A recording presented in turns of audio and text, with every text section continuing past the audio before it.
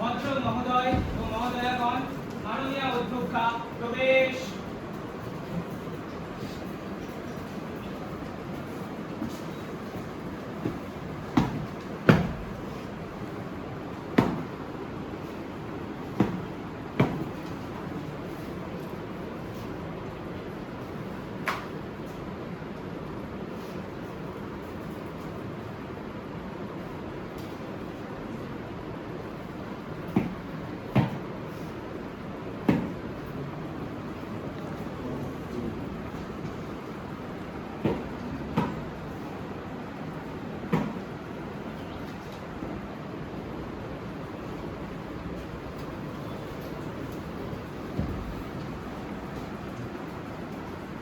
Welcome to assembly.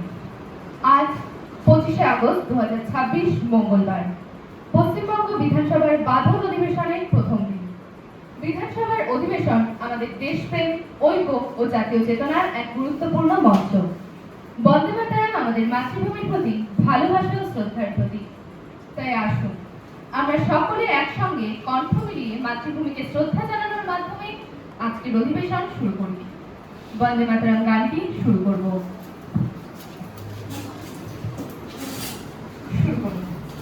বন্দে মাতরম, বন্দে মাতরম, সুজলাং সুফলাং মলয়জ শীতলাং শস্য শ্যামলাং মাতরম, বন্দে মাতরম, শুভ্রজ্যোৎস্না পুলকিতয়ামিনী, ফুল্লকুসুমিত দ্রুমদল শোভিনী, সুহাসিনী সুমধুর ভাষিনী, সুখরাং বরদাং মাতরম, বন্দে মাতরম, কোটি কোটি কণ্ঠ কল কল নিদান করণে, কোটি কোটি ভুজৈ কৃত কর করবালে, অবলা কেন মার এত বলে, বাহুবল ধারিণী নমামি তারিণী, ত্রিভুবন বারিণী মাতরম, বন্দে মাতরম।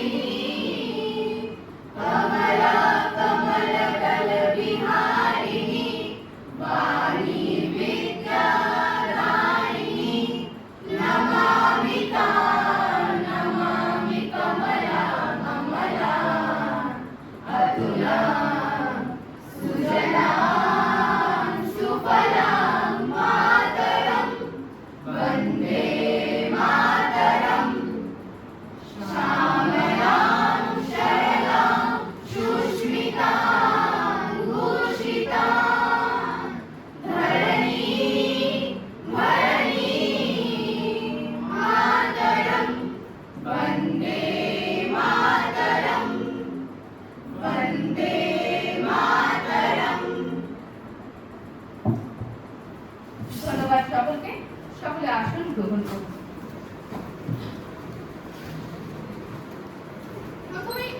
প্রথমে ওথ টেকিং সেরিমনি।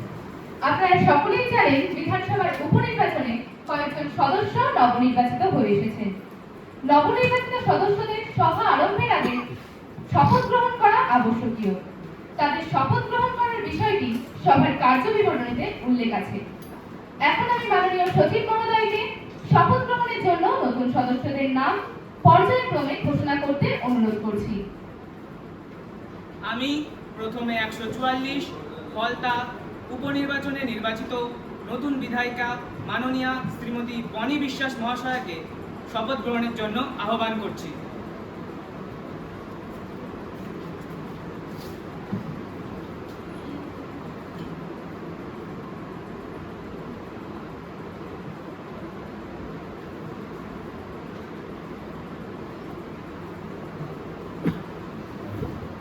আমি বনি বিশ্বাস ঈশ্বরের নামে শপথ করিতেছি ও নিষ্ঠার সহিত প্রতিজ্ঞা করিতেছি যে আমি বিধি দ্বারা প্রতিষ্ঠিত ভারতের সংবিধানের প্রতি প্রকৃত বিশ্বাস ও আনুগত্য পোষণ করিব।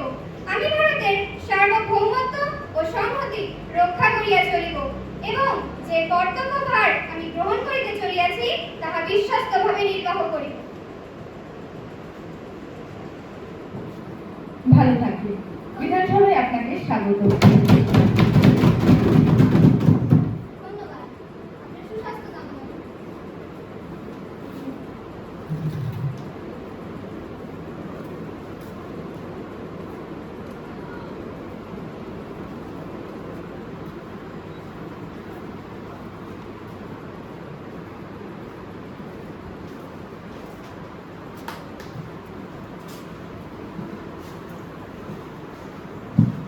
আজ অধিবেশন শুরুর প্রাক্কালে ভারতের প্রথিতযশা গায়িকা হিন্দি তথা বাংলা গানের স্বর্ণযুগের শেষ নক্ষত্র আশা ভোসলেজির উদ্দেশ্যে শ্রদ্ধা নিবেদন করে আমরা সভার কাজ শুরু করব।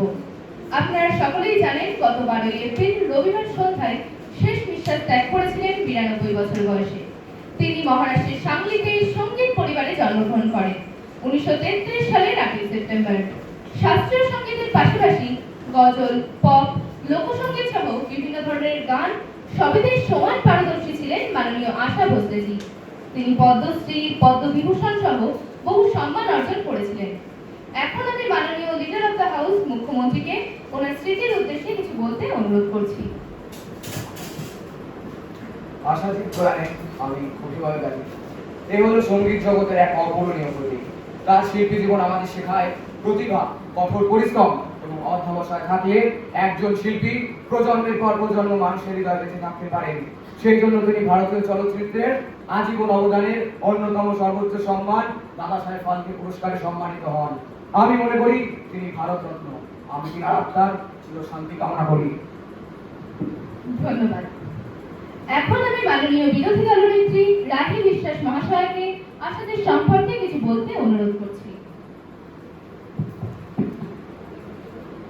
আশাতীত প্রয়াণে শিল্পী মনে তো বটে, সখী মূর্ছমান আপামর গান সঙ্গীত জগতের এক অপূরণীয় ক্ষতি।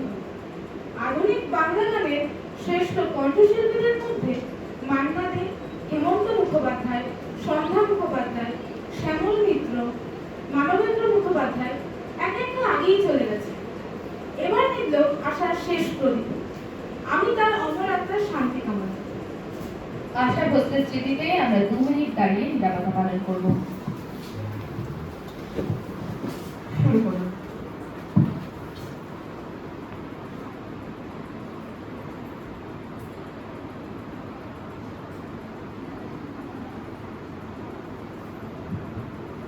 ধন্যবাদ। আমি মাননীয় সচিবকে আশাদের শোক সন্তপ্ত পরিবারের কাছে শোকবার্তা পাঠিয়ে দেওয়ার নির্দেশ দিচ্ছি। ইয়েস ম্যাম, সবার এই নির্দেশ পালিত হবে। Now question hour. এখন আমি প্রশ্নোত্তর পর্ব শুরু করতে চলেছি। আমার কাছে তারকা চিহ্নিত তারকাবিহীন মোট 13টি প্রশ্ন এসেছে। এদের মধ্যে 4টি প্রশ্ন সময়ের অভাবে গুরুত্বের বিচারে আলোচনার জন্য অনুমোদন পেয়েছে। প্রথমেই আমি মাননীয় সদস্য সহজী বিশ্বাস মহাশয়কে আপনার অনুমোদিত প্রশ্নটি করতে দেওয়ার সুযোগ দিচ্ছি। আপনার কোশ্চেন নাম্বার 113। মাননীয় স্পিকার ম্যাডাম, আপনাকে অসংখ্য ধন্যবাদ আমাকে আমার প্রশ্নটি করার সুযোগ করে দেওয়ার জন্য। মাননীয় স্পিকার ম্যাডাম, আমি এই সভায় এই মুহূর্তে একটি গুরুত্বপূর্ণ বিষয় নিয়ে আলোচনা করতে চাই, যা আমাদের রাজ্যে লক্ষ লক্ষ তরুণ তরুণীর ভবিষ্যতের সঙ্গে সরাসরি সম্পর্কযুক্ত। আমাদের রাজ্যে যুব সমাজ শিক্ষিত হচ্ছে, বিভিন্ন দিক নিয়ে অর্জন করছে, কিন্তু অনেক ক্ষেত্রে দেখা যাচ্ছে শিক্ষার সঙ্গে কর্মের মিল হচ্ছে না, ফলে শিক্ষিত বেকারত্ব একটি বড় চ্যালেঞ্জ হয়ে দাঁড়িয়েছে। আমার প্রশ্ন মাননীয় শিল্পমন্ত্রীর কাছে, যুবকদের জন্য স্থায়ী, সম্মানজনক এবং নির্দিষ্ট কর্মসংস্থান কোথায়? কি ভাবছে সরকার? ধন্যবাদ। Sir please. মাননীয় অধ্যক্ষ মহাশয়, আমাদের নবগঠিত সরকার বিষয়টির গুরুত্ব সম্পূর্ণভাবে উপলব্ধি করে। বর্তমান সময়ে শুধুমাত্র প্রচলিত চাকরির উপর নির্ভর করলে চলবে না। আমাদের লক্ষ্য যুবকদের শিল্পমুখী দক্ষতা প্রদান করা, কারিগরি ও বৃত্তিমূলক শিক্ষার প্রসার করা, ক্ষুদ্র ও মাঝারি শিল্পে দক্ষতা প্রদান, নতুন প্রযুক্তি ও ডিজিটাল দক্ষতার প্রশিক্ষণ এবং সর্বোপরি মহিলাদের কর্মসংস্থানের বিশেষ গুরুত্ব দেওয়া। আমরা চাই পশ্চিমবঙ্গের যুবক যুবতীরা চাকরি খোঁজার পাশাপাশি চাকরি সৃষ্টির ক্ষমতাও অর্জন করুন। নতুন প্রযুক্তি, ডিজিটাল দক্ষতা, লজিস্টিক্স, পর্যটন, এই সমস্ত নতুন ক্ষেত্রে বিপুল কর্মসংস্থানের সম্ভাবনা রয়েছে। আমাদের লক্ষ্য ভবিষ্যৎ প্রজন্মকে এই বিপুল কর্মসংস্থানের জন্য প্রশিক্ষণের মাধ্যমে প্রস্তুত করা। ধন্যবাদ। বসুন। Ma'am, you have any supplementary? Thank you. Any other supplementary? Yes ma'am. Yes. ধন্যবাদ মাননীয় অধ্যক্ষ মহাশয়াকে আমাকে প্রশ্নটি করতে দেওয়ার জন্য। এই প্রসঙ্গে আমি শিল্পমন্ত্রীকে বলতে চাই, শুধু প্রশিক্ষণ দিলেই হবে? প্রশিক্ষণের পর চাকরি বা আয়ের সুবিধা কতটা হচ্ছে তার দিকেও নজর রাখা দরকার। একজন যুবক 6 মাস প্রশিক্ষণ নেওয়ার পর যদি আবার বেকার হয়ে পড়ে, তাহলে সেই প্রশিক্ষণের প্রকৃত সাফল্য কোথায়? ধন্যবাদ। বসুন। Respected members of university, please. যখন তো বলেছেন আমার বিরোধী পক্ষের, সেই জন্য আমাদের সরকার ট্রেনিং টু এমপ্লয়মেন্ট অর্থাৎ প্রশিক্ষণ থেকে সরাসরি কর্মসংস্থানের ব্যবস্থা করছে। এই ব্যাপারে খুব দ্রুত আমার দপ্তর এসওপি বার করবে। আমরা চাই সবকা সাথ সবকা বিকাশ। এর মাধ্যমে শিক্ষা, দক্ষতা, কর্মসংস্থান, অর্থনৈতিক উন্নয়ন। এই ব্যাপারে আপনাদের সকলের সহযোগিতা প্রার্থনা করি। ধন্যবাদ। No other supplementary. মাননীয় সদস্য প্রতীক বিশ্বাস, আপনাকে আপনার অনুমোদিত প্রশ্নটি করতে দেওয়া হচ্ছে। Question number 114, please. প্রথমে মাননীয় অধ্যক্ষ মহোদয়কে ধন্যবাদ জানাই আমাকে আমার প্রশ্নটি করবার সুযোগ করে দেওয়ার জন্য। আমি মাননীয় অধ্যক্ষ মহোদয়ের মাধ্যমে মাননীয় শিশু ও নারী কল্যাণ মন্ত্রী মহোদয়ের কাছে জানতে চাই, এই সরকার বিভিন্ন সময় নানান মনোহারী ভাতার ঘোষণা করেছে, কিন্তু সেই সমস্ত ভাতা সাধারণ মানুষের কাছে পৌঁছে দেওয়ার ক্ষেত্রে এই সরকার খুব একটা তারা আছে বলে আমার মনে হয় না।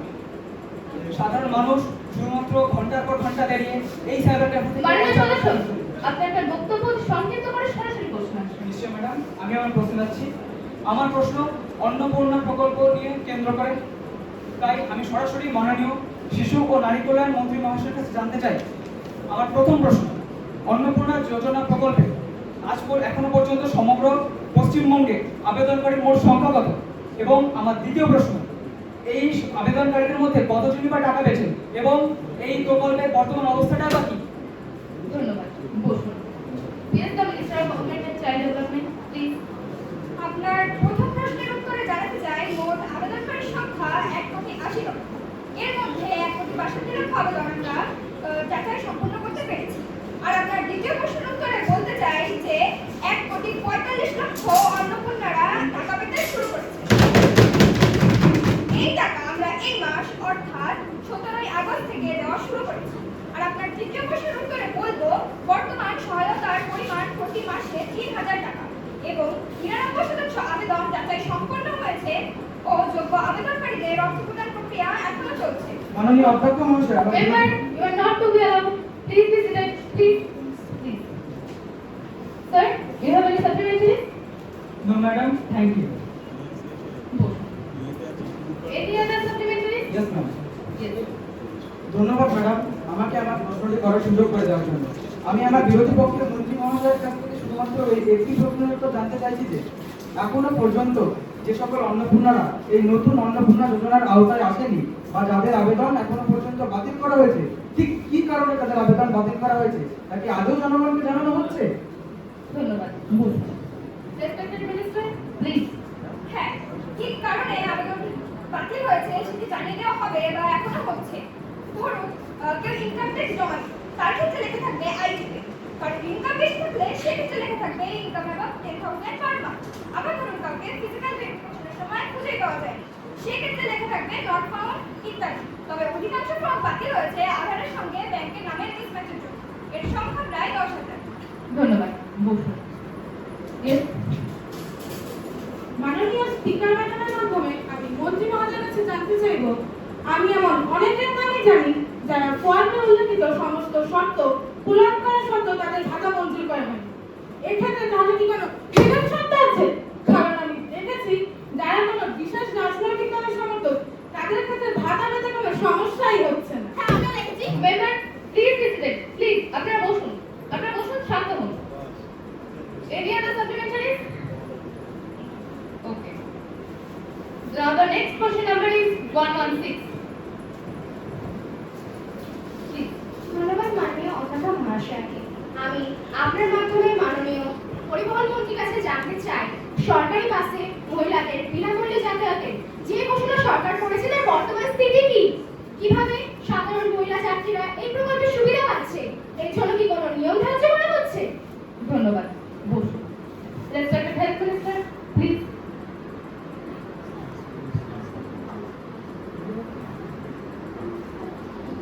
Respected Minister, please. স্পিকার মহোদয়, আপনার মাধ্যমে আমি ধন্যবাদ জানাই মাননীয় সদস্যকে একটি গুরুত্বপূর্ণ প্রশ্ন উত্থাপন করার জন্য। গত 1 জুন 2026 পশ্চিমবঙ্গ সরকারের পরিবহন দপ্তরের ঘোষণা অনুযায়ী এই জনমুখী প্রকল্পটি সফলভাবে চালু করা হয়েছে।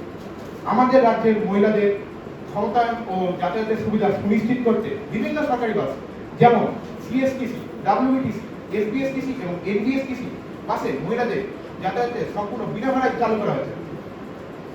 আর আপনার দ্বিতীয় প্রশ্নের উত্তরে জানতে চাই যে যাতায়াতের সময় কন্ডাক্টররা ভ্যালিড ফটো আইডিকে যাচাই করে একটি জিরো ভ্যালু টিকিট প্রদান করছে। ধন্যবাদ। বসুন। Any other question on this topic? Yes, ma'am, I have a question on this topic. Please. মাননীয় স্পিকার ম্যাডাম, আপনাকে ধন্যবাদ। অনেক ক্ষেত্রে দেখা যাচ্ছে মহিলারা বাসে চলাচল করার সময় তাদের ফটো আইডি কার্ডটি হারিয়ে ফেলছে। ফলে তারা নতুন করে ফটো আইডি কার্ড তৈরি করার সময় নানান প্রকার সমস্যার সম্মুখীন হচ্ছে। আমার প্রশ্ন মাননীয় মন্ত্রী মহোদয়ের কাছে, এই ফটো আইডি বিকল্প নতুন কি কোনো ব্যবস্থা আছে? ধন্যবাদ। বসুন। Please. খুব ভালো প্রশ্ন করেছেন আপনি, ধন্যবাদ আপনাকে। এই ব্যাপারে কোনো মহিলা যাত্রী সংশ্লিষ্ট বিডিও অথবা এসডিও অফিসের মাধ্যমে আবেদন করলে একটি ফটো ও কিউআর কোড যুক্ত স্মার্ট কার্ড অথবা পিন কার্ড দিতে পারে। এই ব্যাপারে আমাদের সরকার সুনিশ্চিত ব্যবস্থা গ্রহণ করছে। ধন্যবাদ। বসুন। আজকের প্রশ্নোত্তর পর্ব এখানেই শেষ হলো। মাননীয় স্পিকার ম্যাডাম, আমি এই সভায় এই মুহূর্তে একটি গুরুত্বপূর্ণ জননিরাপত্তা সংক্রান্ত বিষয়ে আলোকপাত করতে চাই। আমাদের রাজ্যের বিরোধী দলের জনপ্রতিনিধি, প্রাক্তন জনপ্রতিনিধি এবং নেতাদের ওপর যে পরিমাণে ডিম, নোংরা, কাদা ছড়া হচ্ছে সেই বিষয় সংক্রান্ত। মেম্বার, এবার কারা আমাকে স্পিক, কিন্তু এটি কাছে কার্যকরিতা অন্তর্ভুক্ত নয়। মাননীয় স্পিকার ম্যাডাম, আমি জানি, কিন্তু আমাদের রাজ্যে আজ গণতন্ত্র বিপন্ন। বিরোধী কণ্ঠকে দমানোর জন্য প্রতিনিয়ত ক্ষমতাসীন লোকেরা যেভাবে তাদের ওপর নোংরা, আবর্জনা, পচা ডিম, কাদার অপসংস্কৃতি আমদানি করছে তা বাংলার সংস্কৃতিতে মোটেও শোভনীয় নয়। এমনকি প্রাক্তন মুখ্যমন্ত্রীও কিছুটা থেকে ছাড় পাননি। পুলিশের সামনে প্রায়শই প্রকাশ্য পাচ্ছে এই ঘটনা। পুলিশ মন্ত্রী কি এ ব্যাপারে কিছুই জানেন না? তার তো দায়িত্ব না সরকার বিরোধী সকল জনগণের নিরাপত্তা দেওয়া, কিন্তু তিনি কি করছেন? শুধু এই ডিম, এই কাদা ছড়াই নয়, অনেক ক্ষেত্রে দেখা গেছে বিরোধী দলের জনপ্রতিনিধিকে সর্বসাধারণের মাঝে এনে অপমান করা হচ্ছে। এগুলি কি বাংলার সংস্কৃতিতে মোটেও শোভনীয়? আমাদের মতে তো না, মনে হয় না। তাহলে এই ঘটনাগুলি এটাই প্রমাণ করছে যে এই সরকার গণতন্ত্রের বিরোধী, জনগণকে একেবারেই সমর্থন করে না। আপনারা বসুন, বসুন, শান্ত হন আপনারা, বসুন। এভাবে শান্তি শৃঙ্খলা বজায় রাখুন। প্লিজ বসুন, প্লিজ। আপনারা এতদিন দুর্নীতির যে পাক্কাটা তৈরি করেছে তাই আপনারা আপনাদেরকে ফেরত দিচ্ছে। আপনাদের সরকারের আমলে বিরোধী এমপি, এমএলএ, এমনকি বিরোধী দলের সর্বভারতীয় নেতাকেও আপনারা আক্রমণ করেছেন। এখন ভদ্রলোকের নিরাপত্তার কথা বলছে। চোরের মেয়ের বড় গলা। কি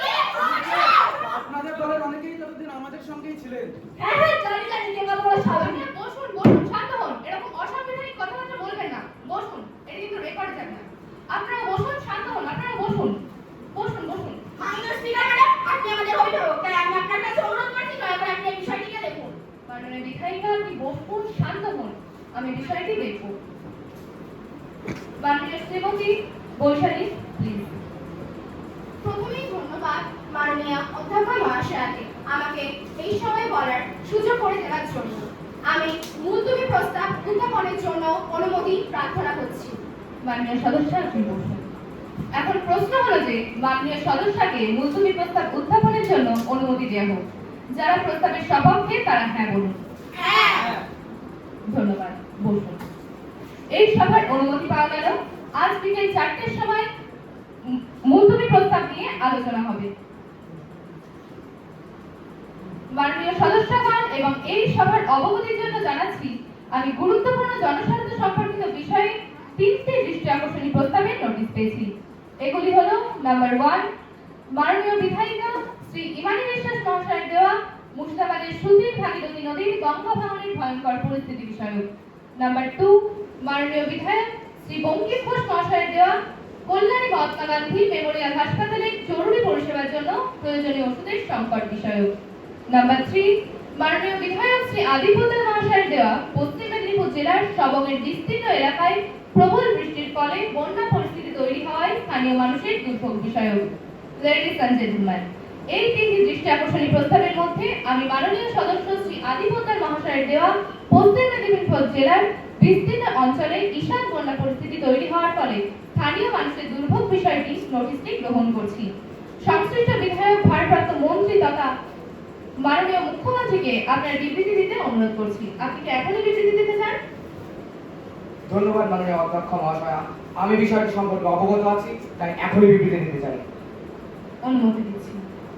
পশ্চিম মেদিনীপুর জেলার বিস্তীর্ণ এলাকায়, বিশেষ করে সবং, নারায়ণগড়, দাঁতনে হঠাৎ ভারী বর্ষণের ফলে গেলেঘাই নদীর জলস্তর বেড়ে গিয়ে যে বন্যা পরিস্থিতি সৃষ্টি হয়েছে এবং এর ফলে সাধারণ মানুষের দুর্ভোগ সম্পর্কে বিধানসভার মাননীয় সদস্য শ্রী আদিপোদ্দার মহাশয়ের দৃষ্টি আকর্ষণীমূলক প্রস্তাবের জবাবে আমি বলতে চাই, এই দুর্ভোগের জন্য দায়ী তো আপনারা, আপনাদের বিগত সরকার। সবংয়ের 40 বছর ধরে যিনি বিধায়ক ছিলেন তথা রাজ্যের প্রাক্তন সেচ মন্ত্রী ছিলেন, তিনি তো শুধু প্রতিশ্রুতি দিয়ে গেছেন, কোনো কাজই করেননি। এমনকি গেলেঘাই ও কপালেশ্বর নদী সংস্কার পর্যন্ত করেননি। 15 বছর ক্ষমতায় ছিলেন, একবারও সংস্কার করেননি। ভাবা যায়, শুধু চুরি আর চুরি। আর আজ তার পাপের ফল ভোগ করছেন আমার সবংয়ের মায়েরা, বোনেরা, ভাইরা। খবর পাওয়া মাত্রই আমি দ্রুত সড়ক পথে সবং বিডিও অফিস পৌঁছাই এবং সেখানে জেলা শাসক, জেলা পুলিশ সুপার, এসডিও, বিডিও ও সরকারি শীর্ষ আধিকারিকদের সঙ্গে বৈঠক করি এবং দ্রুত বানবাসী অবস্থা থেকে মানুষকে উদ্ধারের নির্দেশ দিই এবং দ্রুত আমি আপনাদের ব্যর্থ কম্পার্টমেন্টাল মুখ্যমন্ত্রীর মতো গোড়ালি ভেজা জলে দাঁড়িয়ে ফটোশুট করতে চাইনি। আমি সবং, পিংলা ও দেবদার বিধায়কগণ ও সরকারি আধিকারিকদের সঙ্গে বিভিন্ন এলাকা পরিদর্শন করি। বিভিন্ন এলাকায় ত্রাণ শিবির খোলা হয়েছে। সবংয়ে প্রত্যহ রান্না করা খাবার 1314 জনকে ও শুকনো খাবার 2134 জনকে দেওয়া হয়েছে। 5838টি ত্রিপল দেওয়া হয়েছে। জল নামলে ক্ষয়ক্ষতি হিসাব করতে জেলা প্রশাসনকে প্রয়োজনীয় নির্দেশ দিয়েছি।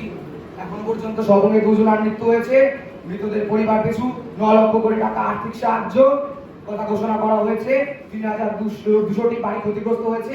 ক্ষতিগ্রস্ত পরিবার পিছু 30,000 করে টাকা আর্থিক সাহায্যের কথা ঘোষণা করা হয়েছে। ত্রাণ, খাবার, জল ও ঔষধের ব্যবস্থা করা হয়েছে। চাষের জমি জলমগ্ন হওয়ায় চাষের ব্যাপক ক্ষতি হয়েছে। ক্ষতিগ্রস্ত কৃষকদের শস্য বীমার আওতায় ক্ষতিপূরণের ব্যবস্থার কথাও জানানো হয়েছে। আমি পরিস্থিতির উপর সর্বদা নিজে নজর রাখছি ম্যাডাম। ত্রাণ ও পুনর্বাসনের কাজ যাতে দ্রুত সম্পন্ন হয় সেই জন্য প্রশাসনকে প্রয়োজনীয় নির্দেশ দেওয়া হয়েছে। ধন্যবাদ। ধন্যবাদ, আপনি বসুন। এরপর সভার কর্মসূচি অনুযায়ী গভর্নমেন্ট বিজনেস শুরু হচ্ছে। আজকের সভায় 2টি বিল পেশ করার জন্য মাননীয় মুখ্যমন্ত্রী ও মাননীয় শিক্ষামন্ত্রী মহোদয় আগেই নোটিশ প্রদান করেছেন। আমি মাননীয় মুখ্যমন্ত্রীকে এই সভায় বিল উত্থাপন করার অনুমতি প্রস্তাব উত্থাপন করতে অনুরোধ করছি। ধন্যবাদ মাননীয় অধ্যক্ষ মহাশয়। আমি আজকের এই সভায় অবৈধ দখলদার উচ্ছেদ ও পুনর্বাসন বিল পশ্চিমবঙ্গ 2026 উত্থাপন করার জন্য অনুমতি প্রার্থনা করছি। একই সঙ্গে আমি সবাইকে জানাতে চাই, বর্তমানে সারা পশ্চিমবঙ্গ জুড়ে সরকারি সম্পত্তিতে অবৈধ দখলদারি মুক্ত করতে যে অভিযান চলছে, সেই অভিযানে যাতে কোনো সাধারণ মানুষের রুজি রুটির ক্ষতি না হয় তা সুনিশ্চিত করতে এই বিল। ধন্যবাদ, আপনি বসুন। মাননীয় মুখ্যমন্ত্রী যে বিল উত্থাপনের প্রস্তাব দিয়েছেন, সেই প্রস্তাবের পক্ষে যারা হ্যাঁ বলুন, বিপক্ষে যারা না বলুন। আমার মনে হয় হ্যাঁ এই সংখ্যাগরিষ্ঠ, তাই এই বিল অবৈধ দখলদার উচ্ছেদ ও পুনর্বাসন বিল পশ্চিমবঙ্গ 2026 উত্থাপনের প্রস্তাব গৃহীত হলো। আজ এই বিলটির কর্মসংস্থান শেষ হলো। আগামী 27শে আগস্ট বিলটির দ্বিতীয় পাঠ শুরু হবে। দ্বিতীয় যে বিলটি নিয়ে আলোচনা হবে সেটি উত্থাপন করার অনুমতি এই সভা আগেই দিয়েছে। আমি সংশ্লিষ্ট শিক্ষামন্ত্রীকে অনুরোধ করব বিলটি বিবেচনার জন্য এই সভায় প্রস্তাব পেশ করুন। ধন্যবাদ ম্যাডাম। আমরা জানি যে পশ্চিমবঙ্গে বর্তমানে মাধ্যমিক উচ্চ মাধ্যমিক স্কুলগুলিতে শিক্ষক শিক্ষিকা নিয়োগ নানা আইনি জটিলতায় আটকে আছে। এর পিছনে পূর্ববর্তী সরকারের শিক্ষক নিয়োগে অনীহা ও দুর্নীতি অনেকাংশে দায়ী। এর ফলে গ্রাম অঞ্চলের স্কুলগুলিতে শিক্ষকের অভাব দেখা দিয়েছে। ছাত্র শিক্ষক অনুপাতের এক বিরাট ফারাক তৈরি হয়েছে। অথচ এনসিইআরটি ও জাতীয় শিক্ষানীতি অনুযায়ী স্কুলগুলিতে 1:35 অনুপাতে শিক্ষক রাখতে হবে। তাই রাজ্য সরকার সিদ্ধান্ত নিয়েছে যে সমস্ত স্কুলগুলিতে অতিরিক্ত শিক্ষক রয়েছে তাদেরকে উচ্চ পিডিএম স্কুলে বদলি করে ছাত্র শিক্ষক অনুপাতের ভারসাম্য নিয়ে আসবে। এর জন্য পশ্চিমবঙ্গ মধ্যশিক্ষা পর্ষদের নীতিতে কিছু পরিবর্তন আনা প্রয়োজন। তাই আমি এই সভায় the West Bengal school teachers recruitment and transfer rule amendment bill 2026 কে সরাসরি বিচার বিবেচনা করার প্রস্তাব পেশ করছি। ধন্যবাদ, আপনি বসুন। এই পর্যায়ে বিলটিকে সরাসরি বিবেচনার বা আলোচনার প্রস্তাব পেশ করেছেন মাননীয় শিক্ষামন্ত্রী। এখন প্রশ্ন হলো, বিলটি তাহলে সরাসরি আলোচনা করা হবে, এর পক্ষে বা বিপক্ষে এই সবার মতামত কি তা আমি জানতে চাই। ম্যাডাম, আমি বলুন। ম্যাডাম, এই বিলের প্রকৃত উদ্দেশ্য যাই হোক না কেন, তার ফলে সরকারি ভোগান্তি বাড়বে এবং যারা ইতিমধ্যেই চাকরিতে নিযুক্ত তাদের অ্যাপয়েন্টমেন্টের সময় বদলির কোনো প্রস্তাবই ছিল না, তাহলে হঠাৎ কেন বদলির প্রস্তাব আনা হচ্ছে কেন? এটি কি সার্ভিস কন্ডিশন বাড়ানোর চেষ্টা, শিক্ষকদের মেরে করানোর চেষ্টা? এই বিষয়ে মামলা হলে সরকারের যুক্তি আদেও টিকবে তো? আমি মনে করি বিলটির আইনগত দিক খুঁটিয়ে দেখা দরকার। অতএব আমি বিলটিকে সিলেক্ট কমিটির কাছে পাঠানোর জন্য প্রার্থনা করছি। হ্যাঁ হ্যাঁ, সিলেক্ট কমিটিতে পাঠানো হোক। আপনারা বসুন, শান্ত হন। আপনারা বসুন। শিক্ষামন্ত্রী মহাশয়, এই বিষয়ে কোনো বক্তব্য আছে আপনার? Yes ma'am. আমরা জাতীয় শিক্ষা আইনের সঙ্গে সামঞ্জস্য রাখতে বিলটি আনছি, কারণ শিক্ষা কনফারেন্স লিস্টের অন্তর্ভুক্ত বিষয়, তাই রাজ্য ও কেন্দ্রকে সমন্বয় করে চলতে হয়। কিন্তু বিগত সরকার শুধু কেন্দ্রের বিরোধিতাই করে গেছে। কি লাভ হয়েছে যে আমাদের তা জানা নেই। তবে শিক্ষার মেরুদণ্ড যে ভেঙে দিয়েছেন এ বিষয়ে আমি নিশ্চিত। যাই হোক, তবুও বিরোধীরা যদি দাবি করে তবে বিলটি আমি রিফ্লেক্ট কমিটির কাছে পাঠাতে রাজি আছি। কিন্তু অদূর ভবিষ্যতে বিলটি আমাদের পাস করাতেই হবে, তা না হলে জাতীয় শিক্ষা আইন লঙ্ঘনের মতো পরিস্থিতি তৈরি হতে পারে। তাই আমি আশা করব সিলেক্ট কমিটি নিশ্চয়ই বিলটির বিষয়ে দ্রুত সম্মতি জানাবে। ধন্যবাদ। ধন্যবাদ আপনাকে, আপনি বসুন। আমি মাননীয় সচিবকে অনুরোধ করছি বিলটিকে যেন সিলেক্ট কমিটির কাছে বিবেচনার জন্য পাঠানো হয়। ইয়েস ম্যাম, সবার এই নির্দেশ পালিত হবে। এখানেই আজকের সরকারি কার্যাবলী শেষ হলো। এখন আমরা মুলতবি প্রস্তাবের বিষয়ে আলোচনা শুরু করব। মাননীয় সদস্য বৈশালী, প্লিজ। ধন্যবাদ ম্যাডাম। আমাদের মহান স্বাধীনতা সংগ্রামের মহানায়ক, বাংলার আবেগ হলেন নেতাজি সুভাষচন্দ্র বসু। তার আত্মত্যাগ, দেশপ্রেমের মন্ত্র আমাদেরকে করে উদ্বুদ্ধ। তার দেখানো পথ ধরে হাজার হাজার শিক্ষিত যুবক যুবতী অস্ত্রশস্ত্র হাতে তুলে নিয়ে আজাদ হিন্দ ফৌজে যোগদান করে স্বাধীনতা সংগ্রামে প্রাণ বিসর্জন দিয়েছে। সেই মহান বীর যে আমাদের শিখিয়েছে স্বাধীনতা কারোর দয়া বা অনুগ্রহে আসবে না, রক্ত দিয়ে অর্জন করতে হবে। সেই মহান তপস্বীকে আজ আমাদের রাজ্যের উত্তরবঙ্গের একজন সাংসদ ও তার গোষ্ঠীর কিছু মানুষ যে কদর্য, অশালীন, অসাংবিধানিক ও কুরুচিকর ভাষায় আক্রমণ করেছে, তা প্রতিবাদ জানানোর ভাষা আমার জানা নেই। সমগ্র বাংলা জাতি তথা বাঙালি আজ লজ্জিত। আমরা এও লক্ষ্য করেছি কিছু দায়িত্বজ্ঞানী রাজনৈতিক ব্যক্তিত্ব নেত্রী সম্পর্কে ভুল ইতিহাস আমাদেরকে পড়ানোর চেষ্টা করেছে। জনমানসে এক তীব্র ক্ষোভ দানা বেঁধেছে। দেশের ঐক্য, স্বাধীনতা ও সার্বভৌমত্ব দ্বিধাবিভক্ত হয়ে পড়ার আশঙ্কা দেখা দিয়েছে। অতএব অধ্যক্ষ মহাশয়া, আজ বিধানসভায় এই বিষয়ে আমি মুলতবি প্রস্তাব প্রার্থনা করছি এবং স্বরাষ্ট্রমন্ত্রী তথা মুখ্যমন্ত্রীকে এই বিষয়ের জন্য বিবৃতি প্রার্থনা করছি। ধন্যবাদ, আপনি বসুন। মাননীয় সদস্য যা বললেন এই গুরুত্বপূর্ণ প্রস্তাবটি রাখার জন্য। এখন যদি কোনো সদস্য এই আলোচনায় অংশগ্রহণ করতে চান, করতে পারেন। Yes madam. প্লিজ। ধন্যবাদ স্পিকার ম্যাডাম। মাননীয় বিরোধী দলের যে বিধায়িকা বন্ধু এই প্রস্তাব পেশ করেছেন তাকেও অসংখ্য ধন্যবাদ। মাননীয় স্পিকার ম্যাডাম, যে কোনো মহান স্বাধীনতা সংগ্রামী সম্পর্কে রুচিকর মন্তব্যে আমি চরম বিরোধিতা জানাচ্ছি। ছোটবেলা থেকেই ইতিহাসের পাতায়, হৃদয়ের পাতায় যাকে আমরা মহান স্বাধীনতা সংগ্রামের জায়গা দিয়ে এসেছি, হঠাৎ কোন ঐতিহাসিক গবেষণা বেরিয়ে এলো তিনি দেশদ্রোহী, আমার জানা নেই। যদি এই ধরনের কোনো মন্তব্য কেউ করে থাকেন, সরকারের উচিত তার বিরুদ্ধে কঠোর ব্যবস্থা নেওয়া। এ অপরাধ ক্ষমারও অযোগ্য। ধন্যবাদ, আপনি বসুন। মাননীয় মুখ্যমন্ত্রী এই বিষয়ে কিছু আলোকপাত করতে চান? ধন্যবাদ মাননীয় স্পিকার মহাশয়া। প্রথমেই বলি মহাশয়া, নেতাজি সুভাষচন্দ্র বসু শুধুমাত্র বিরোধীদের আদর্শ এটা ভাবার কোনো কারণ নেই। তিনি সমগ্র জাতির নায়ক, দেশের মহান স্বাধীনতা সংগ্রামী। তার অপমান মানে শাসক বিরোধী আপামর দেশবাসীর অপমান। যিনি বা যে গোষ্ঠীর লোকেরা এই ধরনের কাজ করেছেন তারা শাসক গোষ্ঠীর লোক হওয়া সত্ত্বেও আমাদের সরকার তাদের বিরুদ্ধে কঠোর ব্যবস্থা নিয়েছে। এফআইআর করা হয়েছে বিভিন্ন থানায়, 7 জনকে এখনো পর্যন্ত গ্রেফতার করা হয়েছে।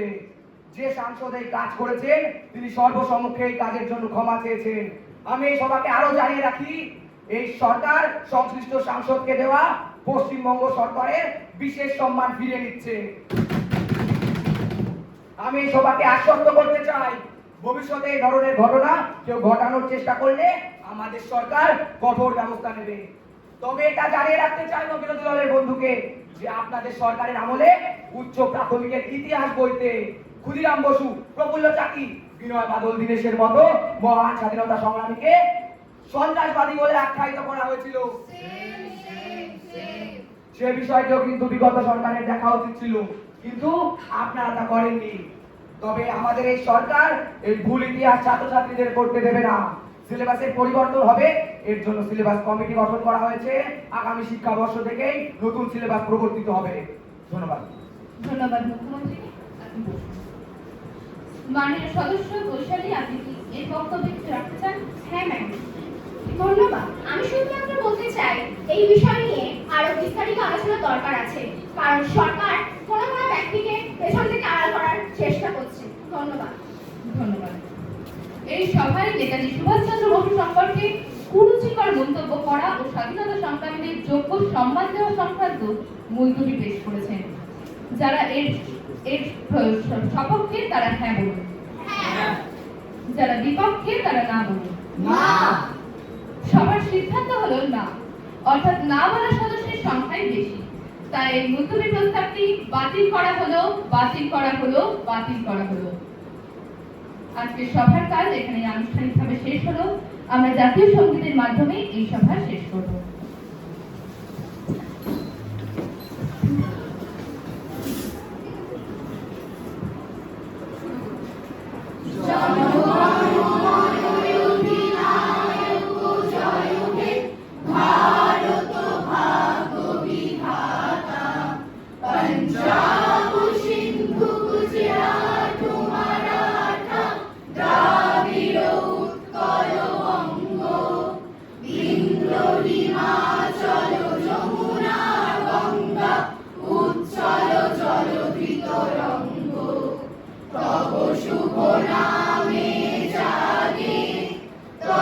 শুভ আশিস মা